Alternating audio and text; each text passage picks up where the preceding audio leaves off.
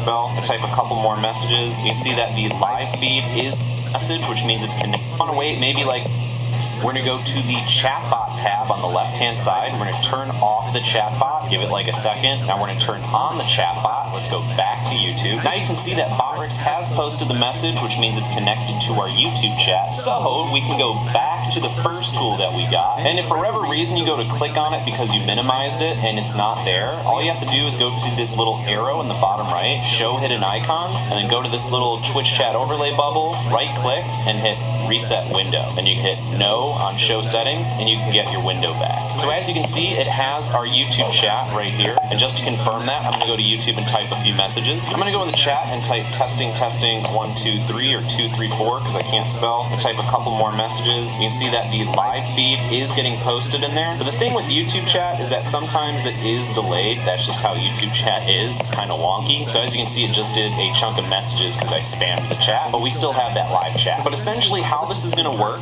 is if you see this little border right here, that means that we can move this chat box. So if you want to have your chat, let's say I want to make this a little bit smaller right about there and put it in, let's say, the top left corner or maybe even the middle left corner. As soon as you hit this little button right here or F9 on your keyboard after selecting this program, it's going to get rid of that. So that means I can't click on it, I can't interact with it, because if we're playing in the actual video game, it would be a pain in the butt because it'd be moving your chat everywhere. So let me actually boot up the game to show you how this works. There's a few quirks about this that you need to know in order for it to work properly. The first one is that you want to make sure you're playing your games in borderless mode or windowed mode. If you play it in just full screen mode, then it's not going to work. So if we go to our video tab and then we change full screen on to borderless to off to on, then you can see that if we're just regular full screen, you're not going to see your chat. You got to be in borderless, which gives you that same effect, and it'll show. However, if your game doesn't allow you to do borderless, I'll also leave another thing linked in the description down below on how you can force a game to be borderless. Or if your game offers how to be windowed mode, but not borderless, then I'll also leave another program in the description that will change that to borderless window. So now that we have it over our game, there are a few more quirks. So if we wanted to move this,